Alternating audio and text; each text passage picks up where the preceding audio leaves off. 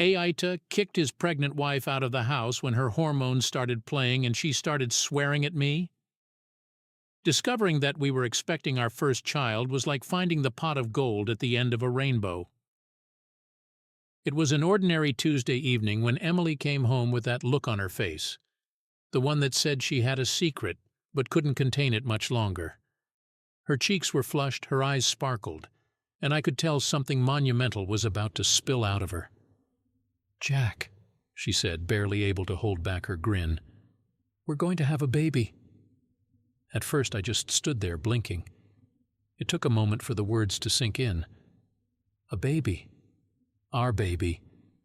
I felt a rush of emotions, joy, excitement, a touch of fear, all tangled up together. I pulled her into a tight hug, lifting her off her feet and spinning her around the living room. We laughed, cried, and celebrated that night as if nothing else in the world mattered. The weeks that followed were a whirlwind of activity. Emily and I spent hours dreaming about our future with our child. We talked about names, nursery themes, and the kind of parents we wanted to be. Every evening we'd sit together, looking through baby books and discussing what our little one might be like. Would they have Emily's bright green eyes or my curly brown hair? Would they inherit her artistic flair or my knack for fixing things around the house? Emily started taking prenatal vitamins, and I stocked up on all the books about pregnancy and parenting that I could find. We were in this together, a team ready to face whatever challenges came our way. Our friends and family were overjoyed for us, showering us with congratulations and advice. Emily's mother, Susan, was particularly thrilled at the prospect of becoming a grandmother. She even started knitting tiny baby clothes, each stitch made with love and anticipation. Everything seemed perfect. We were on cloud 9, blissfully unaware of the storm clouds gathering on the horizon. The first few months of Emily's pregnancy were smooth sailing. She had the usual morning sickness, of course, but nothing we couldn't handle. We attended our prenatal appointments religiously, marveling at the grainy ultrasound images of our growing baby. One evening, as we sat together on the couch, Emily placed my hand on her belly. "Feel that?" she asked, her eyes wide with wonder. I did feel it. A tiny flutter, like a butterfly's wings, beneath my palm. It was the first time I felt our baby move, and it made everything so real. I kissed Emily's forehead and whispered, "I can't wait to meet our little one." But as the weeks turned into months, things started to change. Emily's moods became more unpredictable, her emotions more intense. I chalked it up to pregnancy hormones at first, thinking it was just part of the process. After all, growing a human being is no small feat. I tried to be as understanding and supportive as possible, doing my best to keep the peace and make her comfortable. Yet the arguments started to creep in. Small, insignificant things would set off a cascade of frustration and tears. Emily would snap at me for leaving dishes in the sink or forgetting to pick up milk on my way home. Her anger would flare up, and then just as quickly, she'd be in tears, apologizing and blaming it all on the hormones. One night, after a particularly heated argument about something trivial, I can't even remember what it was now, Emily broke down. "I don't know what's happening to me," she sobbed. "I feel like I'm losing control." I held her close, stroking her hair. "It's okay, Em. We'll get through this. It's just the pregnancy hormones. You're doing great."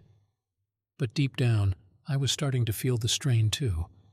I missed the calm, happy Emily I fell in love with, the woman who now seemed like a stranger at times, overtaken by emotions that neither of us fully understood. I kept telling myself it was temporary, that things would get better once the baby arrived. As we approached the 3rd trimester, the tension between us only grew. Our once happy home now felt like a battleground. I felt like I was walking on eggshells, never knowing what might set off the next explosion. I loved Emily with all my heart, but I was beginning to feel the cracks in our relationship widening. One evening, after yet another argument, Emily stormed out of the house, slamming the door behind her. I stood there, staring at the door, my heart pounding with a mix of anger and despair. I didn't know how much more of this I could take. That night, as I lay in bed alone, I couldn't help but wonder if we were going to make it through this. Our dream of a happy family was slipping through my fingers, and I felt powerless to stop it. And so, the seeds of doubt were sown. Little did I know, the real test of our relationship was yet to come, and it would push us both to our limits in ways we never imagined. It seemed like every day brought a new challenge, each one more daunting than the last. Emily's mood swings became more frequent, and her temper, once a rare occurrence, now flared up with alarming regularity. I tried to be patient, understanding, and supportive, but there were moments when her anger cut through me like a knife. One morning I woke up to the sound of Emily cursing under her breath in the kitchen. She was glaring at a spilled carton of milk, her face flushed with frustration. "Can't you ever put things back where they belong?" she snapped when she saw me. I rubbed the sleep from my eyes, trying to process the situation. "I'm sorry, Em. I'll clean it up," I said, reaching for a towel. But my apology only seemed to make things worse. "You always say that. I'm so tired of cleaning up after you." Her voice cracked and she turned away, her shoulders shaking with silent sobs. I stood there feeling helpless. How could I fix this? How could I make things right when everything I did seemed to make it worse? The days blurred together, a mix of good moments overshadowed by the bad. I tried to focus on the positive, like the times when Emily would laugh at something silly I said, or the evenings we spent planning for our baby's arrival. But those moments were becoming fewer and farther between. One afternoon, after a particularly rough day at work, I came home to find Emily in tears on the couch. She looked up at me, her eyes red and puffy. "I can't do this anymore, Jack," she whispered. "I don't know who I am anymore." I sat down beside her, pulling her into my arms. "It's the hormones, Em. It's not your fault. We're in this together, remember?" She nodded, but I could see the doubt in her eyes. What if I never go back to being me? What if I'm like this forever? I didn't have an answer. All I could do was hold her and hope that things would get better.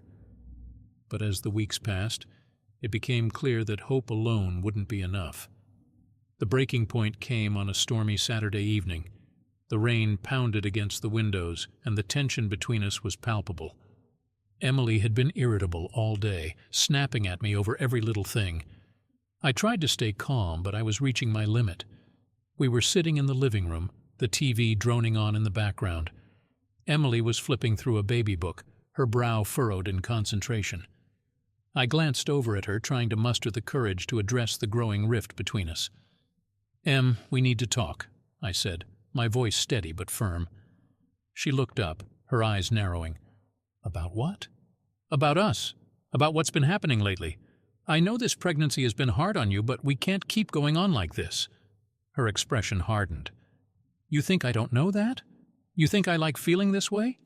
"Of course not," I said quickly. "But we need to find a way to deal with it together. I miss the way things used to be between us." Her eyes filled with tears, but her voice was laced with anger. "You miss it? What about me? I'm the one going through this. I'm the one whose body is changing, whose emotions are out of control. And all you can think about is how it affects you." The words stung, and I felt my own anger rising. "That's not fair, Emily. I'm trying my best to support you, but it's hard when you keep pushing me away." She stood up, her hands clenched into fists.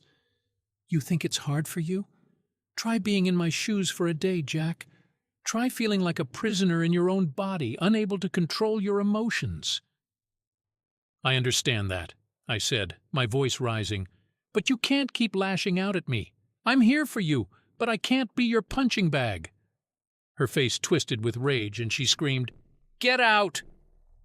I stared at her, shocked by the intensity of her outburst. "What?" "You heard me," she said, her voice trembling with anger. "Get out of this house. I can't stand the sight of you right now." For a moment I considered leaving, just to give us both some space. But then the thought of Emily alone, pregnant and upset, stopped me. "I'm not going anywhere," I said firmly. "We need to work through this together." She shook her head, tears streaming down her face. I can't do this anymore, Jack. I can't keep pretending everything is okay when it's not. The pain in her voice cut through me, and I felt a pang of guilt. Maybe I hadn't been as understanding as I thought. Maybe I had been too focused on my own feelings. I took a deep breath, trying to calm myself. Em, I love you, and I love our baby.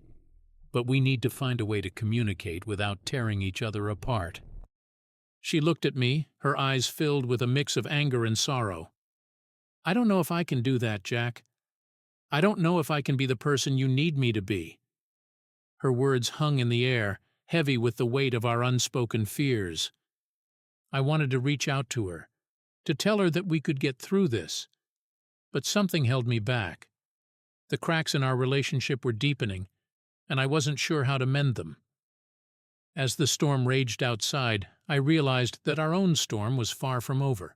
The journey ahead would be difficult, and it would test us both in ways we couldn't yet imagine. But despite the uncertainty, I knew one thing for sure. I wasn't ready to give up on us. Not yet. The days that followed our explosive argument were tense and uncomfortable. We tiptoed around each other, careful to avoid saying anything that might set off another confrontation. Our home, once filled with laughter and love, now felt like a minefield. I started working longer hours, partly to avoid the tension at home and partly to keep myself busy. But no matter how much I tried to distract myself, I couldn't shake the feeling that our relationship was hanging by a thread. One Friday evening, after an exhausting week at work, I walked into the house to find Emily sitting on the couch, her face buried in her hands. She looked up when she heard the door, and I could see the pain in her eyes. "Jack, we need to talk," she said quietly. My heart sank. Those words had become a prelude to another argument, another round of hurtful words and tears. But I nodded, steeling myself for whatever was to come. Emily took a deep breath, her voice trembling. "I can't keep living like this. I know I've been difficult, and I know I've hurt you, but I can't help it. The hormones, the stress, it's all too much." I sat down beside her, trying to stay calm. "Em, I know this has been hard on you. It's been hard on both of us. But we need to find a way to get through this together." She shook her head, tears streaming down her face. "I don't know if I can. I feel like I'm losing myself, like I'm becoming someone I don't recognize, and I'm scared, Jack. I'm scared of what this is doing to us." Her vulnerability broke my heart. I reached out, taking her hand in mine. "I'm scared too, Em. But we can't give up. We have to fight for us, for our family." She looked at me, her eyes filled with a mix of hope and doubt. "How? How do we fix this?" "I don't know," I admitted, "but we need to start by talking to each other, really talking. No more yelling, no more blaming. We need to be honest about how we're feeling and what we need from each other." Emily nodded slowly, wiping away her tears. "Okay, let's try. For us and for our baby." The conversation gave me a glimmer of hope, but it was clear that our problems wouldn't be solved overnight. We agreed to see a counselor, hoping that a professional could help us navigate the emotional minefield that our relationship had become. In the meantime, we tried to focus on the positive moments, like feeling the baby kick or planning the nursery. But the underlying tension remained, a constant reminder of the storm we were weathering. One evening, as we were getting ready for bed, Emily turned to me with a worried expression. "Jack, there's something I need to tell you." I felt a knot form in my stomach. "What is it?" She took a deep breath, her voice barely above a whisper. "I've been thinking about staying with my mom for a while, just until the baby comes. I think we both need some space." The words hit me like a punch to the gut. "You want to leave?" "It's not about leaving you," she said quickly. "I just need some time to clear my head, to figure out how to deal with all of this. And I think you need a break too." I wanted to argue, to tell her that leaving wouldn't solve anything, but deep down, I knew she was right. The constant fighting and stress weren't good for either of us, and maybe some time apart would give us the perspective we needed. "Okay," I said finally, my voice heavy with resignation. "If that's what you think is best." Emily looked relieved. but there was also a sadness in her eyes. "It's not forever, Jack. Just until we can get back to a better place." The next few days were a blur as Emily packed her things and prepared to stay with her mom. Watching her leave was one of the hardest things I'd ever done. I felt like a part of me was walking out the door with her. With Emily gone, the house felt unbearably empty. I threw myself into work, trying to fill the void with busyness. But no matter how hard I tried, I couldn't escape the loneliness and guilt that gnawed at me. I missed Emily terribly, and I worried about how she was coping. We spoke on the phone every day, but it wasn't the same as having her here with me. Our conversations were strained, filled with awkward silences and unspoken worries. One evening, after a particularly rough day at work, I found myself at a local bar. I hadn't been there in years, but I needed a place to drown my sorrows. As I sat nursing my drink, I couldn't help but think about how different things had been just a few months ago. "Rough night?" the bartender asked, sliding another drink my way. "You could say that," I muttered, taking a sip. He nodded sympathetically. "Relationships can be tough, especially with a baby on the way." I looked at him, surprised. "How did you know?" He shrugged. "You have that look. Seen it plenty of times. Just remember, it gets better. Takes time and effort, but it gets better." I wanted to believe him, but the doubt lingered. Could we really get through this? Could we find our way back to each other? As I sat there, lost in thought, I realized that no amount of alcohol could numb the pain I was feeling. I needed to face this head-on, to fight for my family with everything I had.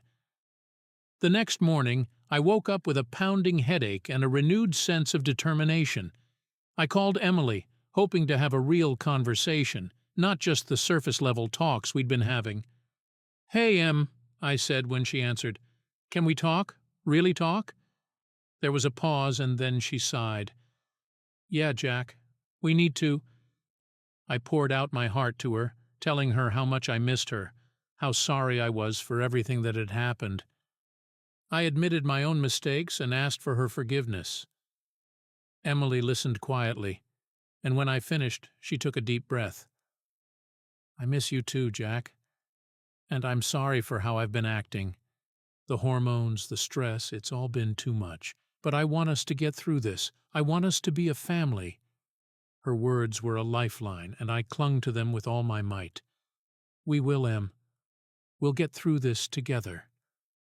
The road to reconciliation wouldn't be easy, but for the first time in weeks, I felt a glimmer of hope. We had taken the first step towards healing, and I was determined to see it through. As I hung up the phone, I knew that the journey ahead would be long and difficult. But I also knew that it was worth it. For Emily, for our baby, and for the love we had built together. Little did I know the hardest part was yet to come, and it would test us in ways we never imagined. But no matter what, I was ready to fight for us, to fight for our family. The moment Emily left the house, an overwhelming wave of regret crashed over me. I stood at the window, watching her car disappear down the street, feeling as if a part of my soul had been ripped away. The house felt eerily silent, the emptiness echoing my own despair. I wandered through the house aimlessly, my mind replaying the events that led us to this point. The fights, the harsh words, the anger and frustration, they all seemed so trivial now. How had we let things spiral so out of control? That night, I couldn't sleep. I lay in our bed, staring at the ceiling, haunted by thoughts of Emily alone at her mom's house. Was she okay? Was she crying herself to sleep like I was? My heart ached at the thought of her in pain, and I felt a deep, gnawing guilt. The next morning I called in sick to work. I couldn't face anyone, couldn't pretend that everything was okay when my world was falling apart. Instead, I spent the day cleaning the house, trying to erase the memories of our fights. I scrubbed the kitchen, vacuumed the living room, and even tackled the nursery, which had become a neglected space of half-finished projects and unfulfilled dreams. As I stood in the nursery staring at the empty crib, the weight of my actions hit me like a ton of bricks. This was supposed to be a place of joy and new beginnings, but instead, it was a symbol of our fractured relationship. I sank to the floor, my head in my hands, and cried. Desperation drove me to call Emily's mom, Susan, that evening. I needed to hear her voice, to know that she was okay. Susan answered on the third ring, her voice warm but tinged with concern. "Hi, Susan, it's Jack," I said, trying to keep my voice steady. "Is Emily there?" "Jack, she's resting right now," Susan replied gently. "She's had a rough couple of days, but she's okay. Just give her some time." I nodded, even though she couldn't see me. "I understand. Please let her know that I love her and that I'm here for her, no matter what." Susan's voice softened. "I will, Jack. She needs space, but she also needs to know that you're still there for her. Take care of yourself, too." I thanked her and hung up, feeling a mix of relief and sorrow. At least Emily was safe, but the distance between us felt insurmountable. Over the next few days, I tried to keep myself busy. I started cooking meals, hoping that the act of nurturing myself might somehow make up for the times I failed to nurture Emily. I took long walks trying to clear my mind, but the loneliness and regret followed me like a shadow. Our phone conversations continued, each one a delicate dance of apologies and reassurances. Emily sounded tired, her voice lacking the spark that once filled our conversations. I told her about the changes I was making, about the counseling sessions I had booked for us, hoping to show her that I was committed to fixing things. One evening, after a particularly heartfelt call, I decided to write Emily a letter. I poured out my heart, expressing my love, my regret, and my hopes for our future. I told her how much I missed her, how much I longed to hold her and tell her everything would be okay. I promised to be more understanding, more patient, and to never let things get this bad again. I sealed the letter with trembling hands and sent it off the next morning, hoping that my words would reach her heart.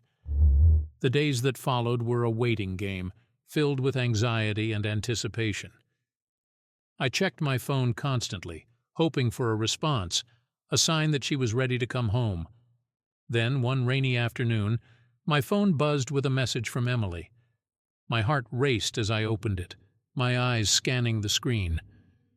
"Jack, I got your letter. Thank you. I need a little more time, but I believe we can get through this. Let's keep talking and working on us.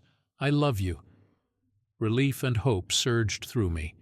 It wasn't a solution, but it was a start, a glimmer of light in the darkness.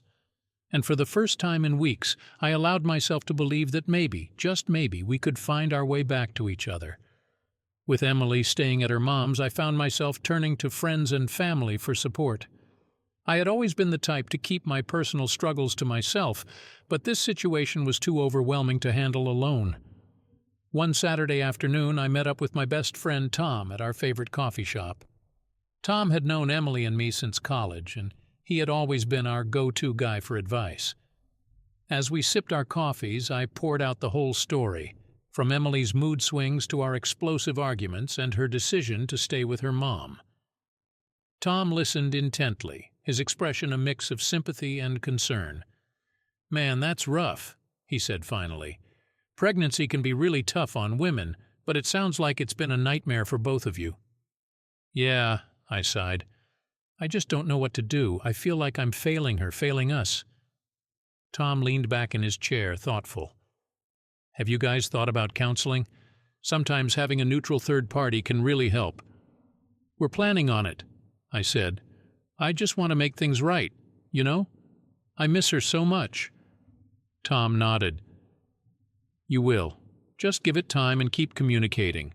She's going through a lot, but it sounds like she still loves you and wants to work things out." Encouraged by Tom's words, I tried to stay positive. But not everyone was as supportive. My mom, for instance, had a different take on the situation. "I don't understand why she's acting this way," my mom said during one of our phone calls. "You've always been a good husband to her. She needs to appreciate that and stop pushing you away." "It's not that simple, Mom," I replied, trying to keep my frustration in check. "Emily's going through a lot with the pregnancy. It's not just about appreciating me, it's about us finding a way to support each other. My mom huffed. Well, I just hope she realizes how lucky she is to have you. Conversations with Emily's mom, Susan, were more balanced. She had seen firsthand the toll the pregnancy was taking on Emily and understood the complexity of our situation. "Jack, I know this is hard," Susan said one evening. "Emily's struggling, but she loves you deeply. Just keep being patient and supportive. She needs you now more than ever." I appreciated Susan's understanding and felt reassured by her words. It was comforting to know that someone else saw the situation from both sides and believed in our ability to work through it. As the days turned into weeks, Emily and I continued our phone conversations, slowly rebuilding the connection that had frayed. We talked about our counseling sessions, our hopes for the future, and even shared a few laughs. It wasn't the same as having her home, but it was progress. One evening I received a call from Emily's best friend, Sarah. She had been a constant presence in Emily's life, and I was curious to hear her perspective. "Hey, Jack," Sarah said warmly. "I just wanted to check in and see how you're holding up." "I'm doing okay," I said. "It's been tough, but we're working on it." "Emily told me about the letter you sent her," Sarah said. "She was really touched by it. I think it helped her see how much you care and how committed you are to fixing things." "Thanks, Sarah. That means a lot to hear." Sarah's words gave me a renewed sense of hope. It was clear that Emily's friends and family were rooting for us, and their support made a world of difference. As Emily and I continued our journey towards reconciliation, I knew that the road ahead would be challenging. But with the encouragement of our loved ones and our commitment to each other, I believed that we could weather the storm. We were not out of the woods yet, but the path to healing was becoming clearer. And as long as we kept moving forward step by step, there was hope for a brighter future. It had been a few weeks since Emily left to stay with her mom, and while the distance had given us both space to breathe, it was time to take the next step towards healing. We had our first counseling session scheduled, and I was a mix of nerves and cautious optimism. We met at a cozy office in the city, the walls adorned with calming art and shelves filled with books on relationships and personal growth. Emily arrived first, and when I walked in, our eyes met with a mixture of uncertainty and hope. The counselor, Dr. Miller, greeted us with a warm smile and invited us to sit. "Welcome, Jack and Emily," Dr. Miller began. "I'm glad you both decided to take this step. Our goal here is to understand each other's perspectives and find ways to support each other better. Let's start with why you're here today." Emily glanced at me, then took a deep breath. "We've been struggling," she said, her voice steady but soft. "The pregnancy has been hard on me, and it's caused a lot of tension between us. I feel like I'm not myself, and I know I've been pushing Jack away." I nodded, feeling a lump in my throat. "And I've been trying to be supportive, but I haven't always handled things well. The fights, the anger, it's been overwhelming. I love Emily, but I don't know how to fix this." Dr. Miller listened intently, her expression empathetic. "It sounds like you're both dealing with a lot of stress and emotions. Pregnancy can be a challenging time for couples. Emily, can you tell me more about how you've been feeling?" Emily looked down at her hands, her voice trembling. "I feel like I'm on an emotional roller coaster. One minute I'm fine, and the next I'm angry or in tears. It's like I don't have control over my own emotions, and I know it's been hard on Jack, but I don't know how to make it stop." Dr. Miller nodded. "Hormonal changes during pregnancy can cause significant mood swings. It's important to acknowledge that these feelings are valid and not your fault. Jack, how has this affected you?" "I've felt lost," I admitted. "I want to be there for Emily, but I also feel hurt and frustrated. It's like we're drifting apart and I don't know how to reach her." "Communication is key," Dr. Miller said gently. "It's important to express your feelings without blaming each other. Let's try an exercise. Emily, I want you to tell Jack one thing you appreciate about him, and then one thing you need from him during this time. And Jack, you'll do the same for Emily." Emily looked at me, her eyes softening. "Jack, I appreciate how hard you're trying to support me. I know it's not easy. What I need from you is patience and understanding, even when I'm difficult." I nodded, my heart aching with love and regret. "Emily, I appreciate your strength and honesty. What I need from you is to know that we're in this together, that we can lean on each other and work through this as a team." Dr. Miller smiled. "That's a good start. It's about recognizing each other's efforts and needs. This won't be an overnight fix, but with time and effort you can rebuild your connection." The session continued with more exercises and discussions, and by the end I felt a glimmer of hope.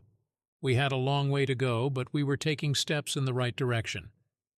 Emily and I left the office with a renewed sense of purpose, determined to fight for our relationship. As we walked to our cars, Emily reached for my hand. "Thank you, Jack," she said softly, "for not giving up on us." I squeezed her hand gently. "We'll get through this, Em, one step at a time." Over the next few weeks, we continued our counseling sessions, each one bringing us closer and helping us understand each other better. We practiced the communication skills we learned, focusing on expressing our feelings without resorting to anger or blame. There were still tough days, moments when the old patterns threatened to resurface. But we were more aware now, more committed to working through the challenges together.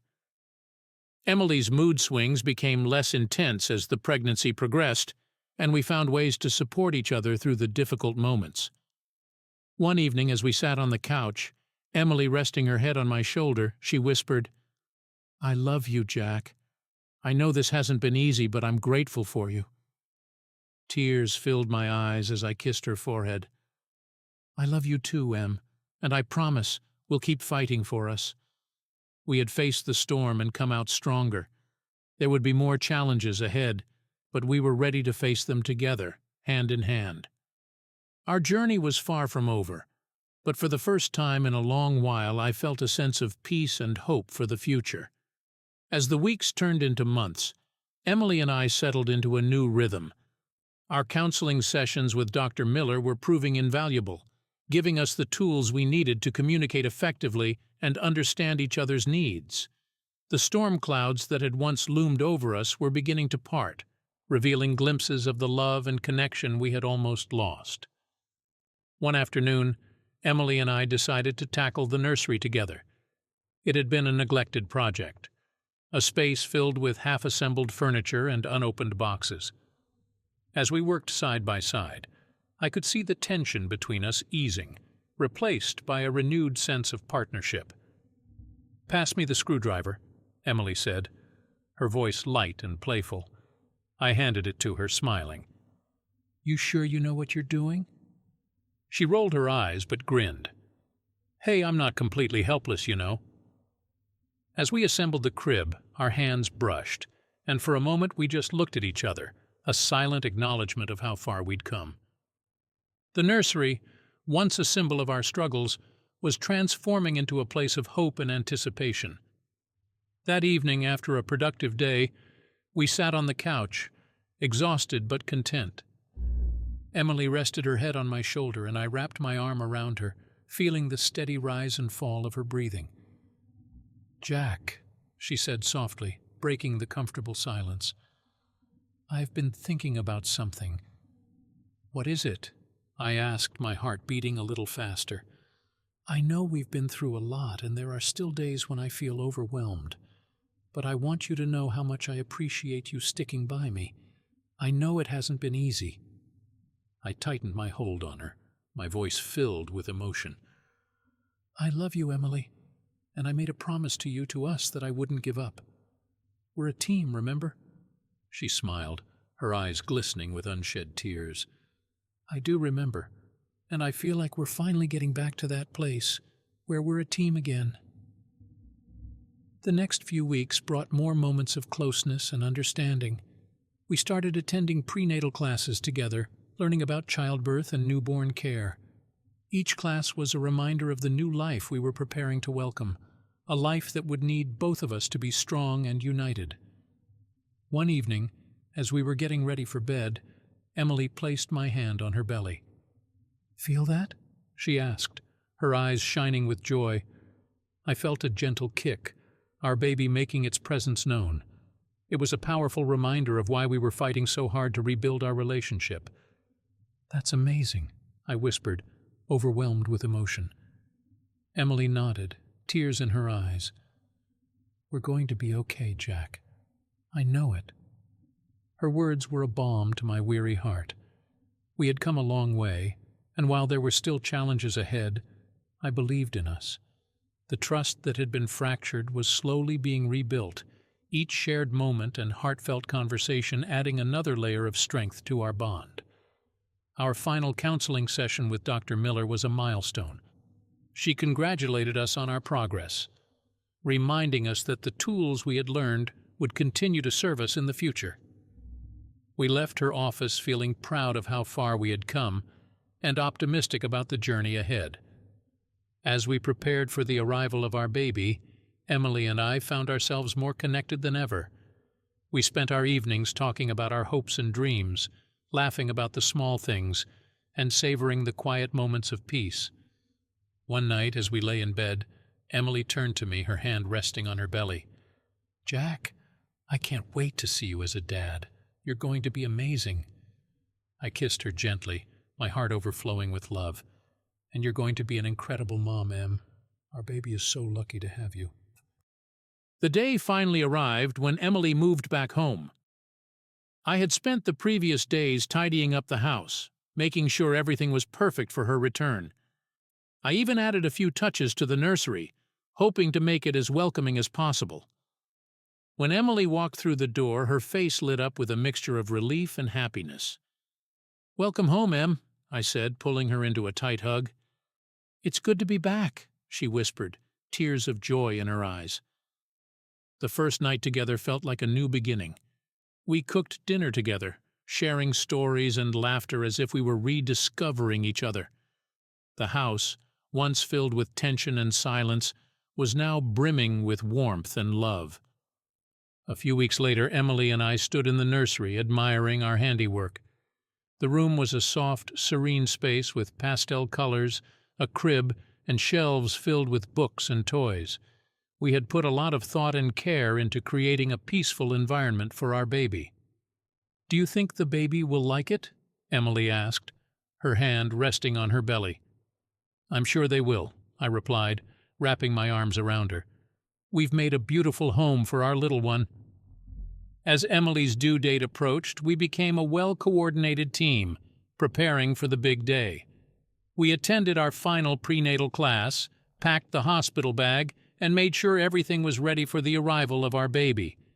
The anticipation was palpable, but so was the love and support we felt for each other. One night, as we lay in bed, Emily turned to me, her face serious. "Jack, I know things won't always be easy, but I'm so grateful we worked through everything. I feel stronger knowing we can face anything together." I kissed her forehead, my heart swelling with love. "Me too, Em. We've come a long way, and I know we can handle whatever comes next."